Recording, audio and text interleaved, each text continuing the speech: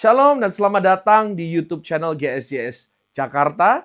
Dan Anda sebentar lagi akan menyaksikan firman Tuhan yang akan memberkati hidup Anda. Jadi jangan lupa untuk like, share, dan jangan lupa untuk subscribe. Tuhan Yesus memberkati dan selamat menikmati firman Tuhan. Shalom semuanya, apa kabar Bapak Ibu? Tetap semangat, saya merasakan suasana yang berbeda ya pada hari ini. Karena kita sedang bersuka cita semuanya merayakan kemerdekaan bangsa kita. Di mana-mana asyirnya pakai baju merah putih, batik. Saya juga ikut pakai batik hari ini Bapak Ibu, ikut merayakan. Menutup ibadah kita sepanjang hari ini, saya ingin mengajak Bapak Ibu melihat satu tokoh yang tidak asing lagi di Alkitab. Ada salah satu tokoh yang juga saya sangat kagum, yaitu dalam Kejadian pasal yang ke-41. Kita akan melihat Kejadian pasal yang ke-41 ayat yang ke-14 dan ayat yang ke-40. Kejadian 41 ayat yang ke-14. Kita akan membaca terlebih dahulu. Kemudian Firaun menyuruh memanggil Yusuf. Segeralah ia dikeluarkan dari tutupan, dari penjara ya. Ia bercukur dan berganti pakaian, lalu pergi menghadap Firaun. Kita akan melompat langsung di ayat yang ke-40, saudara.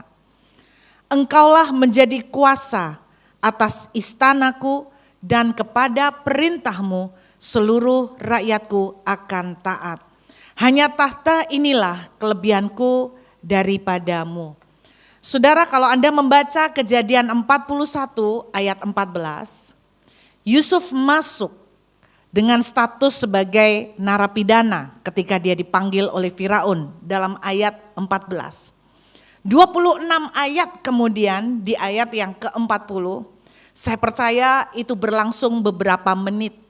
Enggak mungkin dong Yusuf ngobrol sama raja berjam-jam, kemungkinan beberapa menit saudara. Di ayat yang ke-40 kita melihat status Yusuf berubah seketika.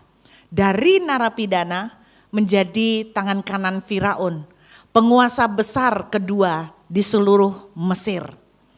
Bagi Tuhan, Anda bisa perhatikan, sangat mudah sekali untuk membalikkan nasib kehidupan seseorang. Amin.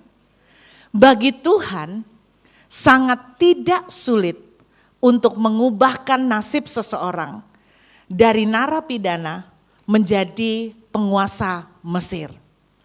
Tapi saya percaya apa yang terjadi di dua ayat ini, perubahan dari ayat 14 ke ayat yang ke-40 adalah terjadi karena satu titik perubahan yang menentukan.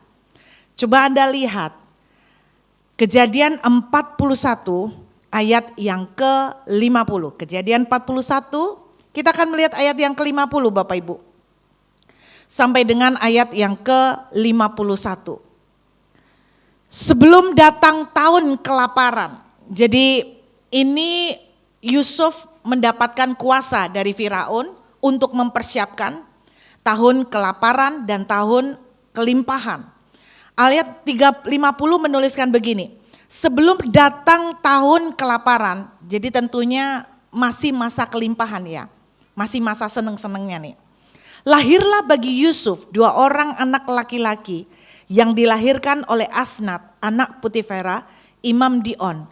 Yusuf memberi nama Manasye kepada anak sulungnya itu sebab katanya, Allah telah membuat aku lupa sama sekali kepada kesukaranku dan kepada rumah Bapakku.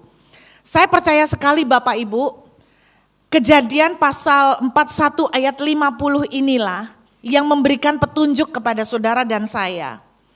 Bahwa kenapa dari ayat 14, Kejadian pasal 41 ayat 14, dari narapidana Tuhan mempromosikan Yusuf. Karena ada sebuah kejadian yang menentukan titik balik itu terjadi. Kejadian apa? Kejadian ini dibuktikan ketika Yusuf punya anak yang pertama. Anak pertamanya diberi nama Manasye. Saudara tahu arti kata Manasye? Manasye artinya aku melupakan. Saya percaya begini Bapak Ibu, bagi Tuhan untuk mengeluarkan Yusuf dari penjara lalu mengangkat dia dalam kemuliaan mudah sekali. Bagi Tuhan untuk menolong saudara dan saya mudah sekali. Tetapi ada sesuatu yang jauh lebih penting bagi Tuhan daripada mempromosikan kita secara materi. Ada sesuatu yang lebih penting daripada memberkati kita secara materi, saudara.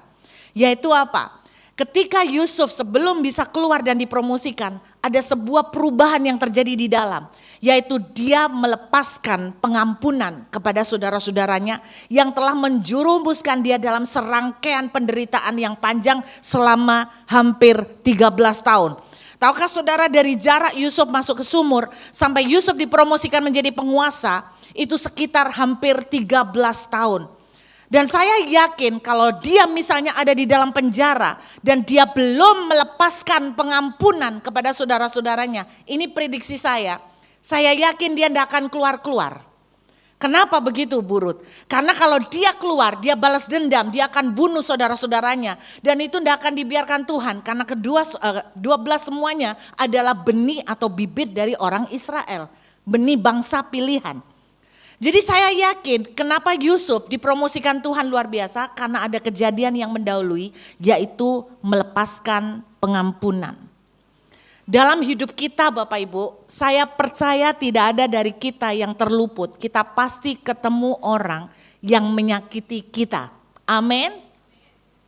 Saya yakin semua yang di sini pasti ketemu orang yang menyakiti saudara. Minimal satu. Kalau saudara bilang saya enggak ketemu Bu, karena saya penuh pengampunan. Haleluya. Saudara pantas menjadi guru besar. Sebab apa? Saya jujur katakan, saya termasuk tipe orang yang agak butuh waktu untuk benar-benar melepaskan forgiveness. Setiap kita pasti ketemu yang namanya orang antik dalam hidup ini. Amin. Saya mau cerita gini, saya baca satu cerita artikel. Ada orang cerita pernah dibawa ke surga. Saya enggak tahu beneran seperti itu atau enggak, tapi yang saya tangkap adalah nilainya. Pelajaran dari cerita itu. Dia cerita dibawa Tuhan ke surga. Lalu diajak keliling surga sama malaikat nih ceritanya. Ternyata dia bilang di surga tuh banyak ruangan. Dan ruangannya besar-besar. Ada ruangan yang isinya organ tubuh. Katanya rupanya orang-orang yang berdoa minta kesembuhan. Minta jantung yang baru, minta liver yang baru. Nah ini ada ruangan isinya organ tubuh semua. Masuk ke ruangan lain yang juga besar. Wah, isinya adalah harta benda. Emas, duit. Ini orang-orang yang berdoa minta ke materi. Lalu dia masuk, ada ruangan lain lagi, semuanya besar. Ruangan ini isinya perpustakaan, buku-buku. Apa maksudnya? Ini adalah yang Tuhan siapkan, pewahyuan, pelajaran-pelajaran pengenalan akan Tuhan, hikmat, di sini ruangannya. Tapi menurut dia, ada satu ruangan yang paling besar, yang jauh lebih besar dari semua ruangan ini, bahkan sekalipun semua ruangan ini digabungkan masih kalah besar sama satu ruangan ini. Anda tebak ruangannya apa? Namanya ruangan perlengkapan. Kalau dipikir-pikir kadang kalau bikin acara ruangan perlengkapan itu paling besar memang. Karena semua alat numpuk di situ. Ruangan perlengkapan atau equipment. Dan menurut dia ceritanya, ruangan ini paling gede, isinya alat-alat perlengkapan aneka macam. Tapi kalau Anda lihat perlengkapannya cukup serem. Pokoknya perlengkapannya katanya berbau seperti ini. Tongkat, cambuk. Jadi kira-kira alat-alat seperti ini, perlengkapan yang kayak serem-serem kayak tempat, ini kayaknya tempat mau menyiksa orang gitu kan. Jadi ruangan ini menurut ceritanya dia adalah ruangan yang paling besar. Berarti kan paling banyak. Alat-alatnya ini jauh lebih banyak daripada harta. Jauh lebih banyak dari organ tubuh. Apa yang dimaksud dengan alat-alat ini? Ternyata Bapak Ibu, alat-alat ini yang paling banyak adalah yang sering dipakai oleh Tuhan untuk membentuk anak-anaknya menjadi indah seperti yang Tuhan mau. Bentuknya apa? Nah, kita kan pengen tahu bentuknya apa nih? Tongkat, cambuk, bentuknya apa? Ternyata di dunia bentuknya bukan tongkat. Di dunia bentuknya mama mertua.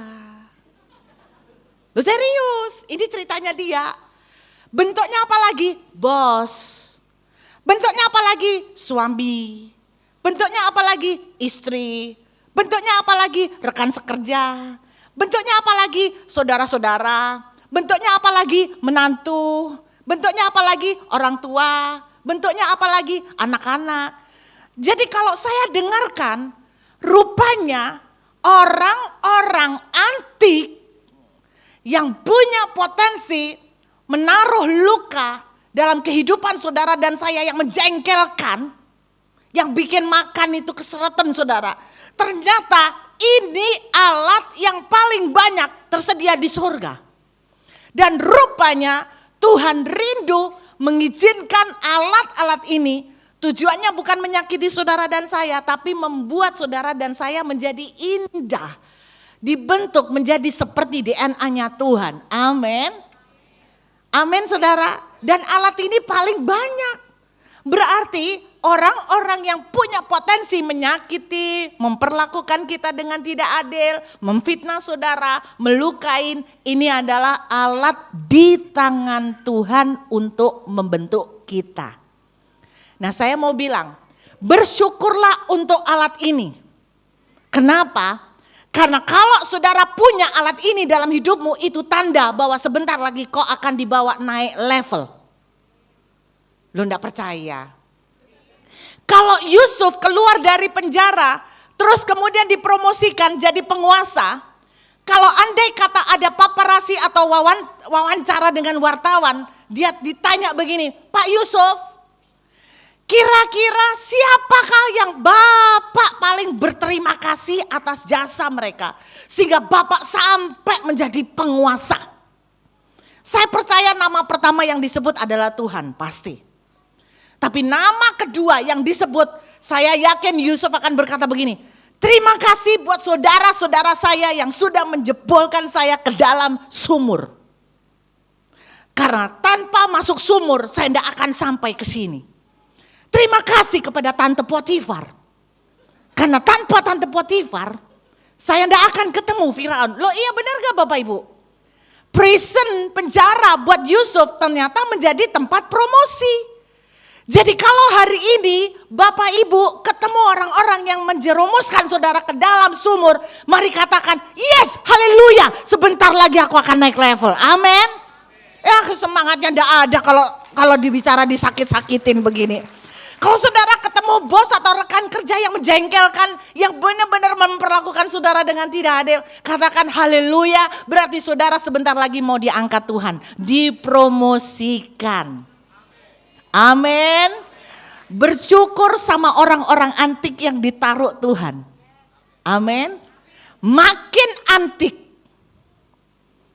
makin mahal. Lo serius? Setuju? Bu, orang yang saya hadapi ini benar-benar menjengkelkan, kelas top.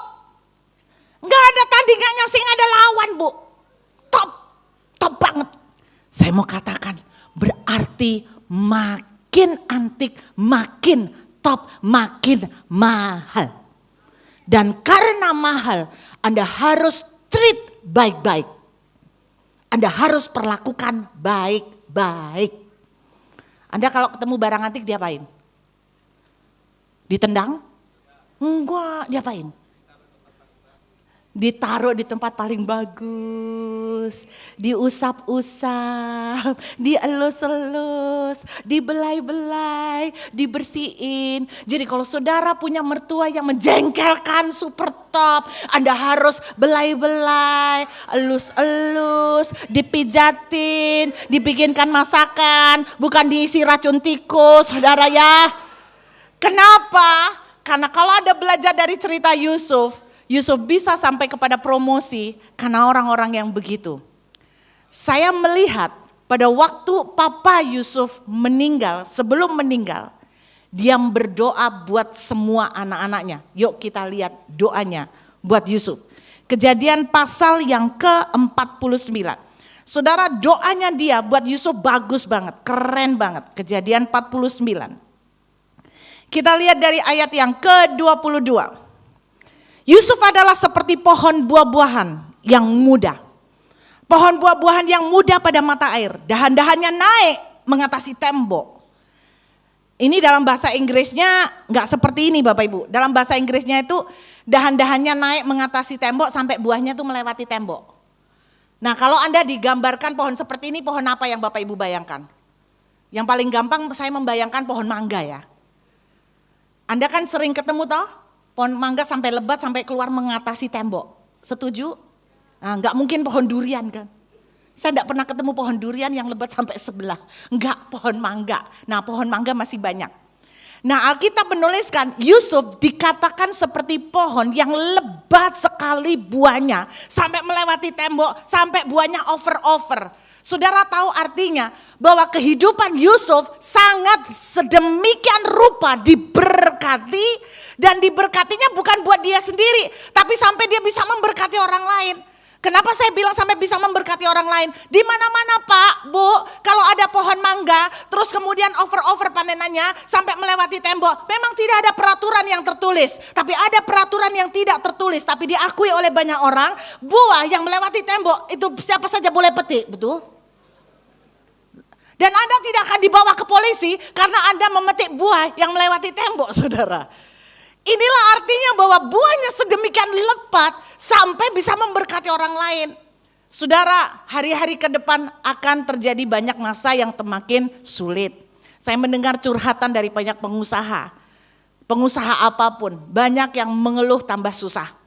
Tapi saya tetap percaya ya, kata Alkitab, Yusuf itu diumpamakan seperti pohon buah-buahan yang pada mata air. Kalau mata air saya diingatkan tentang kitab Mazmur.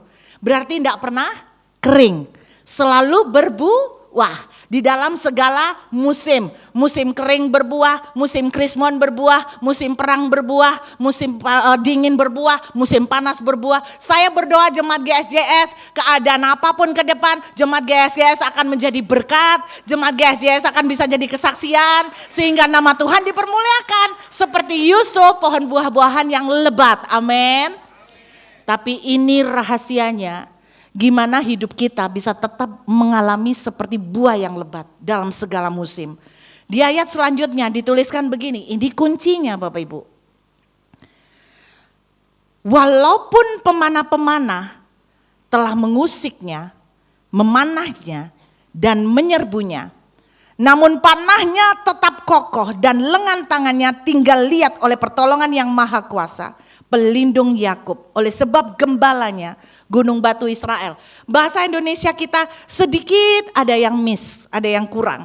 Di dalam bahasa Inggris dituliskan begini, pemanah-pemanah menembak dia dengan kebencian, dengan kemarahan melukai dia. Serem dong berarti, betul ya? Pemanah-pemanah menembakkan kepada dia dengan kebencian dan kemarahan melukai dia. Tapi yang menjadi kekuatan luar biasa, Anda baca firman Tuhan bilang begini, namun panahnya tetap kokoh. Ya, ini yang kita misunderstanding. Dalam terjemahannya dituliskan begini, anak panahnya, saudara tahu anak panah? Anak panahnya tetap ada di tabungnya. Bapak Ibu pernah bayangin anak panah ada di tabung?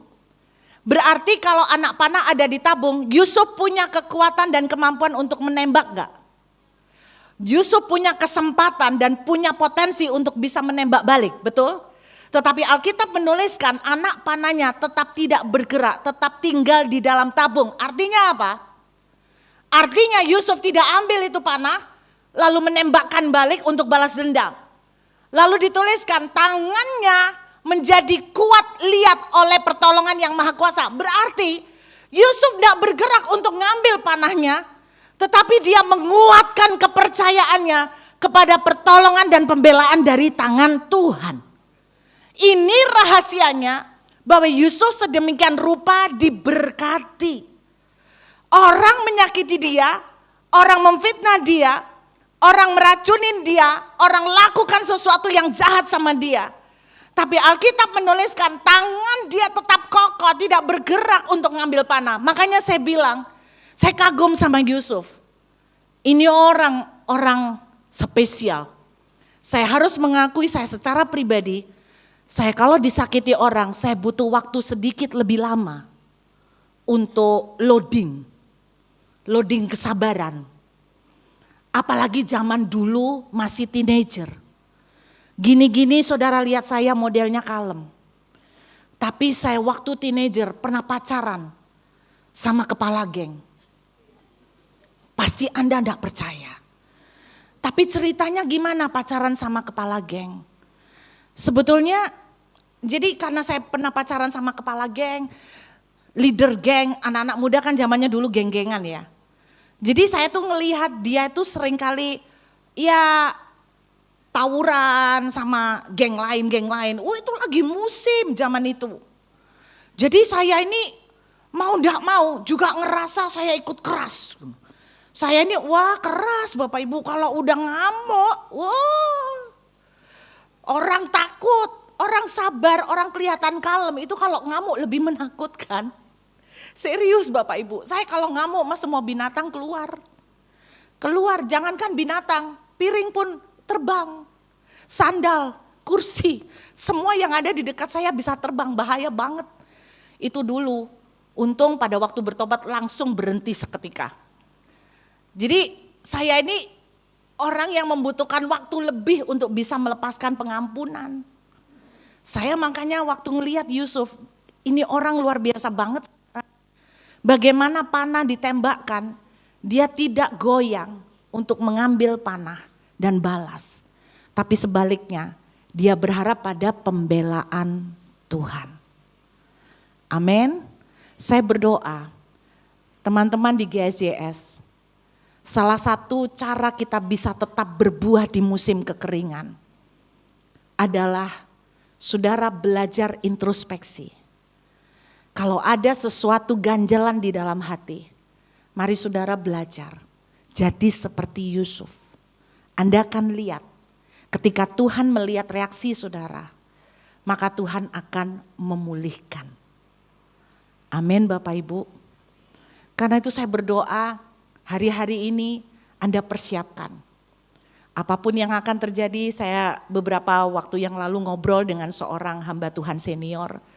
Dan beliau cerita tentang kondisi-kondisi yang akan terjadi di tahun-tahun ke depan. Pada waktu saya mendengar itu terus terang, saya rada keder juga. Saya rada takut juga. Saya cuma membayangkan, belum itu terjadi aja jemaat banyak yang mengalami susah. Bagaimana kita bisa menghadapi hari-hari yang lebih susah. Tapi seperti firman Tuhan katakan, kalau orang-orang seperti Yusuf, di musim apapun dia tetap berbuah. Kuncinya berani belajar melepaskan pengampunan. Amin Bapak Ibu, belajar melepaskan pengampunan. Saya mau cerita ada seorang menantu. Nah, biasanya ceritanya dari zaman Adam dan Hawa menantu sama mertua ya. Menantu perempuan sama mertua perempuan. Menantu ini benci sekali sama mertuanya karena cerewet. Apa-apa cerewet, jadi dia tuh jengkel lama-lama sampai kepahitan. Lalu dia datang ke seorang sinsei, seorang tabib. Dia bilang, saya ini benci sama mertua saya. Tolong beri saya obat, ramuan untuk bisa bunuh mertua saya. Saking panas dan pahit hatinya. Lalu si sinsei mikir, obat apa ya? Lalu dia punya ide. Dia ambil ramuan, lalu dia campur-campur, akhirnya diberikan. Terus tabibnya bilang gini, ini racun yang sangat mematikan. Pasti mujarab. Tapi prosesnya pelan-pelan. Kamu tak kasih yang prosesnya pelan. Loh kenapa gitu sinsei? Karena kalau kamu tak kasih proses yang besok langsung mati, orang langsung tahu pembunuhnya kamu. Jadi supaya kamu tidak dicurigai menjadi pembunuh, kamu tak kasih obat racun yang prosesnya pelan. Nah selama proses itu pelan masih terjadi, kamu jangan sengaja nantang mertuamu. Kamu jangan sengaja sering bertengkar sama mertuamu, karena kalau kamu sengaja sering bertengkar sama mertuamu, nanti ketahuan kalau mertuamu mati, maka orang yang paling dicurigai adalah kamu. Jadi gimana dong, Sinse? Jadi gini, kamu tak kasih obat ini. Setiap pagi bikinkan ramuan ini, kasih dia sarapan. Kamu perlakukan mertuamu dengan baik. Kamu perlakukan dengan baik, sebaik-baiknya.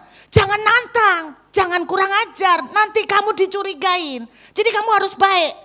Nah ketika kamu baik, terus kemudian nanti mertuamu mati, kamu tidak dicurigai. Oh, masuk akal, masuk akal. Jadi saudara, dia pulang dengan semangat, dapat ramuan pembunuh pamungkas. Dia lakukan saran dari Sinse. Tiap pagi dia siapkan. Dia bikinkan makanan. Dia ingat Sinse bilang, hati-hati ya, jangan sampai kamu dicurigai. Jadi kamu tidak boleh nantang mertuamu, kamu harus baik. Pokoknya dibikin sedemikian sampai tidak ada kecurigaan sama sekali. Setiap dia ingat itu, mertuanya cerewet, dia langsung, Mama capek kah? Saya pijetin ya Mama. Dia baik. Setiap kali mama mertuanya mulai lagi bikin ulah, dia ingat lagi jangan dicurigai. Dia tambah baik, dia tambah baikin mamanya, dia tambah melakukan kebaikan sama maminya. Akhirnya 1-2 bulan kemudian, kan dia berpikir kok belum mati-mati ya gitu kan. Saudara, dia ingat lagi Sinse ngomong, jangan yang keburu-buru, nanti langsung kentara. Oh ya benar-benar pelan-pelan. Dia baikin maminya, dia baikin mertuanya. Setelah 1-2 bulan, mertuanya berubah. Berubah gimana? Jadi sayang sama dia. Mertuanya jadi tidak cerewet, jadi perhatian sama dia. Jadi care banget sampai akhirnya setelah mertuanya care, dia datang ke Sinse. Dan dia bilang begini, saya menyesal, saya tidak mau bunuh mertua saya sekarang sudah baik Sinse. Ini gimana caranya, saya sudah terlanjur kasih obat itu. Gimana caranya supaya netralisir, supaya dia tidak mati. Saya tidak kepingin mertua saya mati, sekarang mertua saya baik sama saya. Bahkan melebihi dari mama saya. Sinse, saya tidak kepingin mertua saya mati. Terus Sinsenya bilang, tenang aja. Karena obat yang aku berikan kepadamu itu vitamin. Jadi mertuamu tidak akan mati. Pelajaran apa yang saya petik? Kasih, pengampunan, memerdekakan. Bukan hanya memerdekakan orang tersebut. Tapi yang paling penting, ketika kita melepaskan pengampunan, kita yang dimerdekakan. Orang sakit hati itu menderita loh Bapak Ibu. Orang sakit hati itu ngabisin energi. Makan hati sampai liver, jantung habis semua. Orang sakit hati. Saya kagum dengan seorang hamba Tuhan namanya John Wesley. Pernah dengar? John Wesley ini kalau penginjilan, karismanya orang kalau dengar dia menginjil tentang Yesus itu orang langsung nangis-nangis, terjamah luar biasa. Tapi Anda tahu John Wesley ini punya satu duri dalam daging dalam hidupnya, yaitu istrinya. Anda tahu istrinya bukan cuma tidak mensupport dia pelayanan. Ternyata istrinya John Wesley lagi khotbah. Istrinya duduk di depan. Langsung tiba-tiba berdiri dan bilang begini, jangan percaya pembohong, penipu. Kamu kebanyakan ngomong, turun kamu. Istrinya. Kadang-kadang dia naik ke mimbar, langsung tarik rambutnya John Wesley. Turun, pembohong, kebanyakan ngomong, lu bacot banget. Turun. Istrinya. Saudara, John Wesley dipakai Tuhan luar biasa, tapi istrinya ini yang menjadi penghalang. Anda tahu seluruh gereja, pastoral, diaken, gembala, para majelis, mereka bilang begini sama John Wesley, ceraikan istrimu, kami yang nanggung dosanya. Pernah terjadi? Saking gregetannya, mereka bilang ceraikan istrimu Pak John, kami yang nanggung dosanya. Enggak, saya enggak berani. Ceraikan, kami yang nanggung pokoknya dosanya. Enggak diceraikan.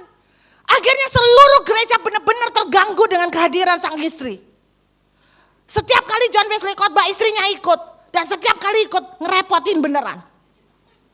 Mereka bersatu hati berdoa. Bukan bagi bangsa dan negara. Mereka berdoa supaya duri ini diangkat. Ya Tuhan, kiranya Engkau mengangkat duri ini. Bukankah itu yang sering kita lakukan? Kita berdoa, Tuhan bebaskan aku. Itu doa mereka. Akhirnya doa mereka suatu hari terjawab. Seluruh pengurus, gembala dan majelis bersuka cita. Haleluya, kemenangan telah diberikan kepada kita. Kenapa? Karena istri John Wesley meninggal. Mereka senang semuanya. Anda tahu, di pemakaman semua wajah kelihatan happy. Ini pemakaman yang paling menggembirakan. Satu-satunya yang nangis dan nangisnya sampai kayak anak kecil adalah John Wesley. Mereka bingung. Bapak, bukankah harusnya Bapak bersuka cita sekarang Bapak bisa melayani tanpa halangan? Dia menangis dan berkata begini, kamu tidak pernah ngerti. Istriku membentuk aku seperti hari ini jauh lebih banyak daripada jam doaku. Jadi ternyata John Wesley sendiri mengakui jam doa panjang tidak mengubah kepribadian dia. Jam doa yang panjang tidak mengubah orang menjadi punya kepribadian dan karakter seperti Kristus. Orang bisa berdoa panjang tapi tetap jahat. Orang bisa doanya lama tapi tetap korupsi. Orang bisa doanya berjam-jam tapi tetap karakternya brengsek. Makanya John Wesley bilang, jam doa saya dibandingkan dengan istri saya mengubah hidup saya jauh lebih banyak.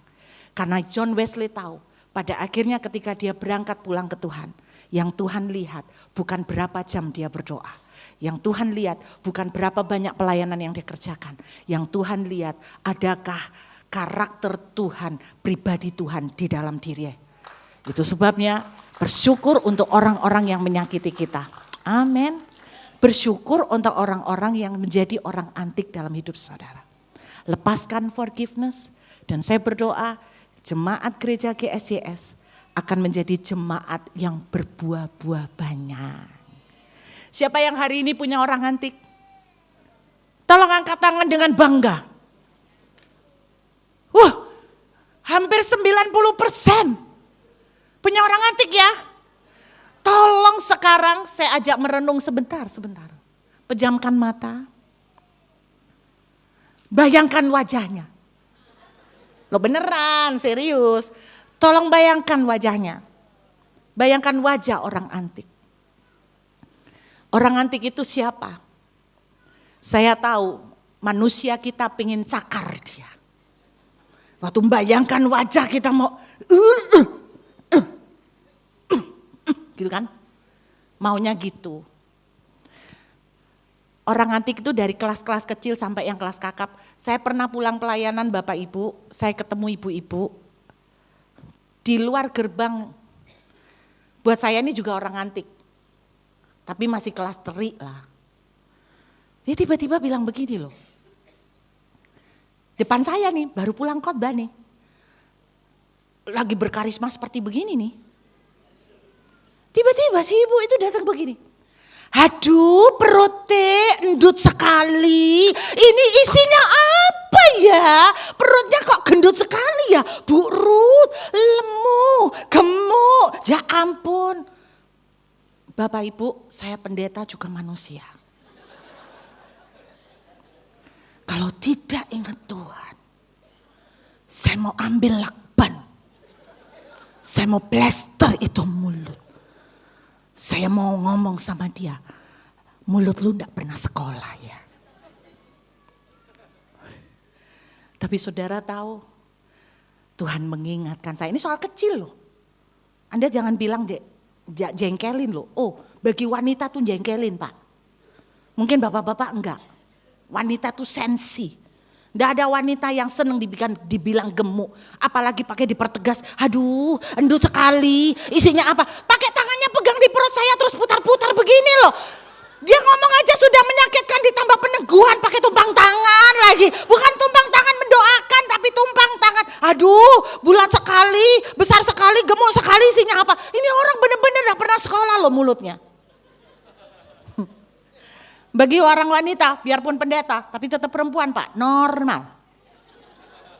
Saya bisa sensitif. Benar. Sebetulnya, sudah. Akhirnya saya bilang, isi soto Ci, isi rawon, habis enak-enak semua makanan di Surabaya. Oh gitu, ibu makan terus ya? Makan terus, gak berhenti-berhenti. Ibu rakus juga ya? Kurang aja tambah diterusin, tambah keterlaluan dia. Ibu rakus ya? Ci, gimana? Kalau di Australia kan gak ada yang di sini. Saudara, hati ini rasanya sudah kempot-kempot. Kuping ini rasanya panas. Tapi saya terus teringat tentang Yusuf. Anak panahnya tetap ada di tabungnya. Itu kalau ceritanya lain, anak panahnya mau tak ambil Pak. Terus apa? Sebelum gua panain gua terus gitu ya kan. Ih jahat banget, sadis. Itulah manusia kita. Tapi Tuhan mengajarkan, seperti kata John Wesley, istri saya membentuk saya lebih daripada jam doa saya. Bayangkan wajah antik, orang-orang yang antik dalam hidup saudara. Percayalah, habis mereka pasti entar lagi naik level. Dipromosikan Tuhan. Lepaskan kemurahan dan pengampunan. Saya mengundang pemain musik kembali. Baru saja ada sebuah kejadian yang mengharukan sekali. Sungguh saya semakin mengerti kata-kata kasih itu memerdekakan. Ini kisah nyata Bapak Ibu. Ada seorang pria muda gay. Hatinya itu sebetulnya dia bukan anak Tuhan. Hatinya sebetulnya sangat rindu untuk dia itu sembuh. Tapi dia sudah mencoba berkali-kali, dia tidak bisa lepas dari gay. Dia pengen sembuh Bapak Ibu. Tapi ketika dia mau masuk datang ke gereja, dia takut. Dia takut bahwa orang-orang akan menghakimi dia takut orang-orang akan menolak dia, mengusir dia. Tapi di hati kecilnya dia menangis. Dia betul-betul ingin sembuh dan berubah. Tapi dia sudah gagal berkali-kali. Saya pernah ketemu orang yang datang sama saya, anak muda, dan dia bilang, saya ini keterikatan dengan dosa masturbasi. Saya mencoba lepas Bu, tapi selalu gagal dan balik lagi. Saya mau bertobat, gagal lagi, balik lagi. Saya sampai merasa malu sama Tuhan dan saya berpikir apakah Tuhan mau mengampunin saya. Karena saya sudah berkali-kali. Orang ini juga merasakan yang sama.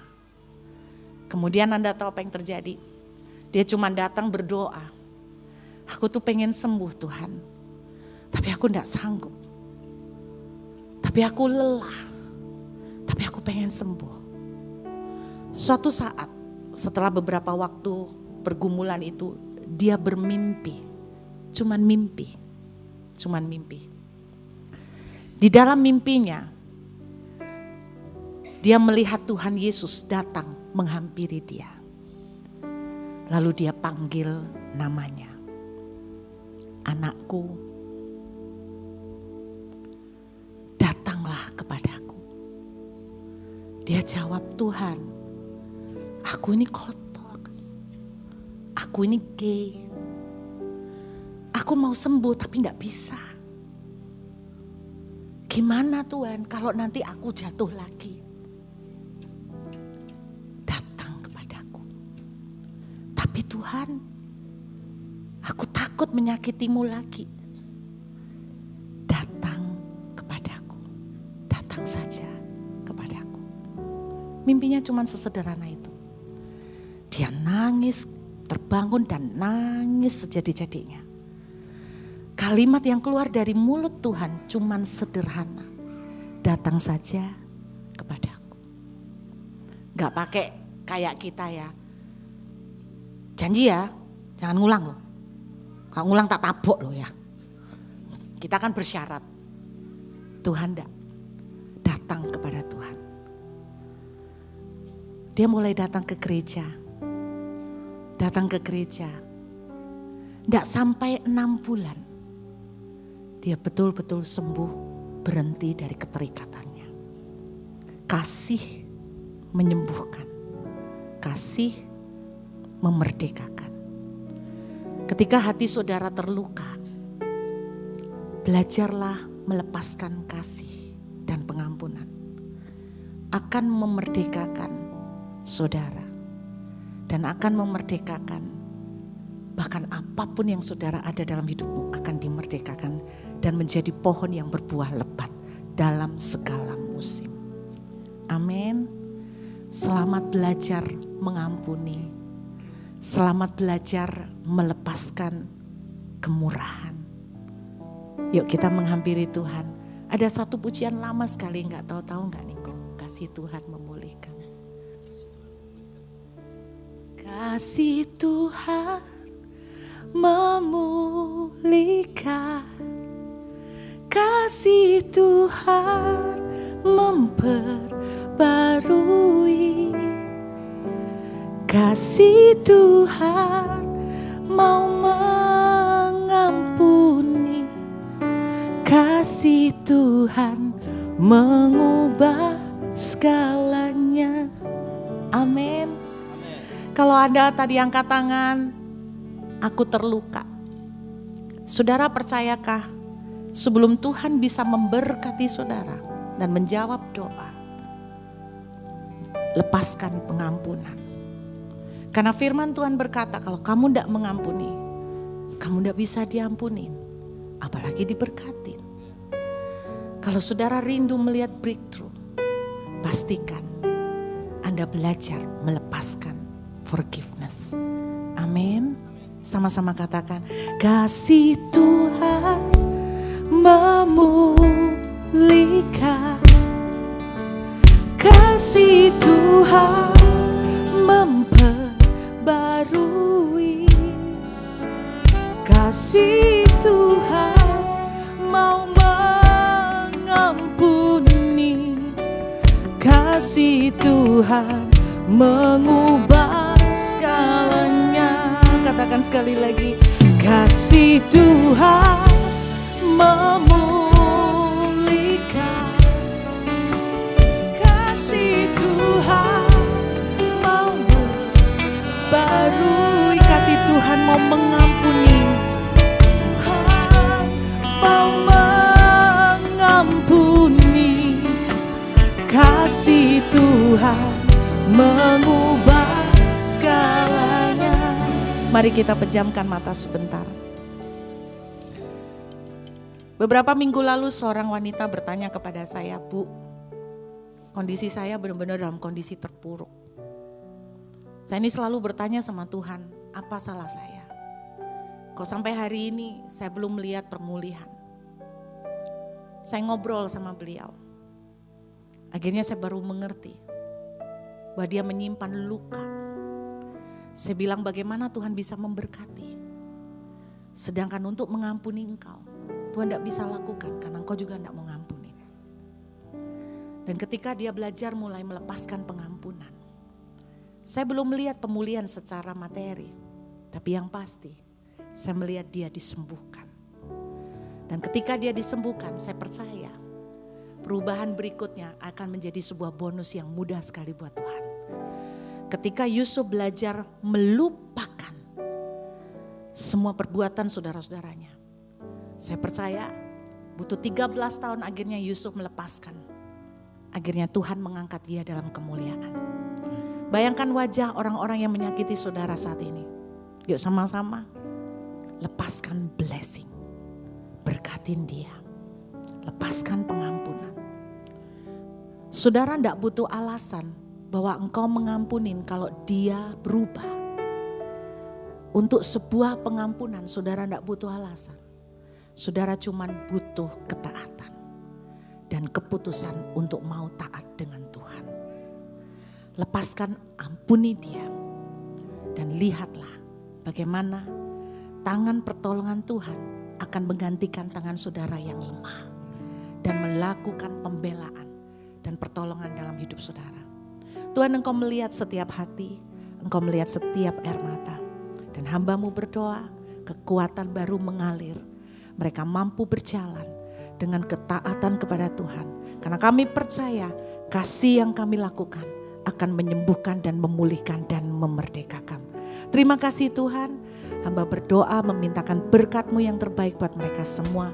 Biarlah berkat yang ajaib dari Tuhan menguatkan mereka dalam perjalanan mereka bersama dengan Tuhan. Segala hormat, kemuliaan, syukur kami kembalikan hanya bagi nama Tuhan sampai selama-lamanya. Haleluya, amin. Tuhan memberkati Bapak Ibu. Terima kasih bagi Anda yang sudah menyaksikan tayangan dari GSJS Jakarta, dan kalau Anda berada di sekitar Jakarta, di Jabodetabek, saya undang Anda untuk bisa menghadiri ibadah-ibadah onsite kami di Mall of Indonesia di Kelapa Gading dan juga di Pluit Village Mall. Dan saya percaya Anda pasti diberkati. So see you and God bless you.